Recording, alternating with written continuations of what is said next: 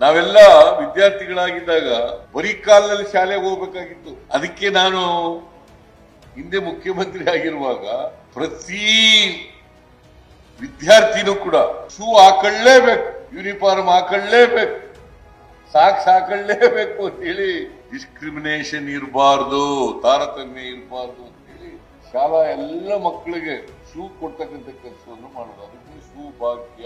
ನಾವೆಲ್ಲ ಓದುವಾಗ ಬಹಳ ಕಷ್ಟ ಇತ್ತು. ಈಗ ಸ್ವಲ್ಪ ಇಂಪ್ರೂವ್ಮೆಂಟ್ ಎಲ್ಲ ಆಗಿದೆ.